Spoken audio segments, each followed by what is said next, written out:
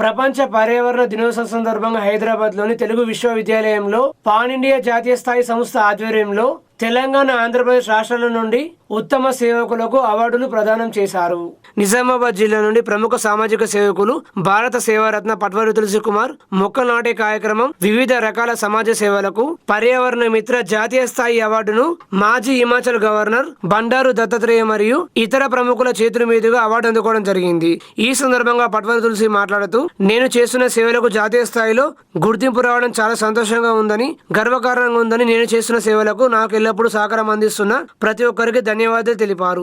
భవిష్యత్తులో నా వంతు సేవలు ఎల్లప్పుడూ అందిస్తామని అన్నారు. ఈ కార్యక్రమంలో పట్వారి బాల సరస్వతి, పట్వారి గోపీకృష్ణ, ప్రగతి, విద్యా బాలారెడ్డి తదితరులు పాల్గొన్నారు.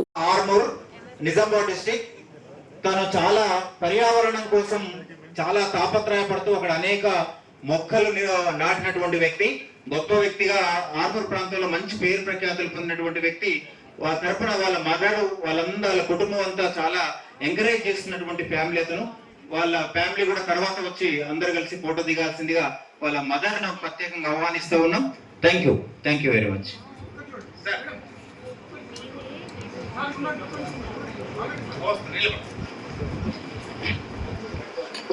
ముఖ్య అతిథులు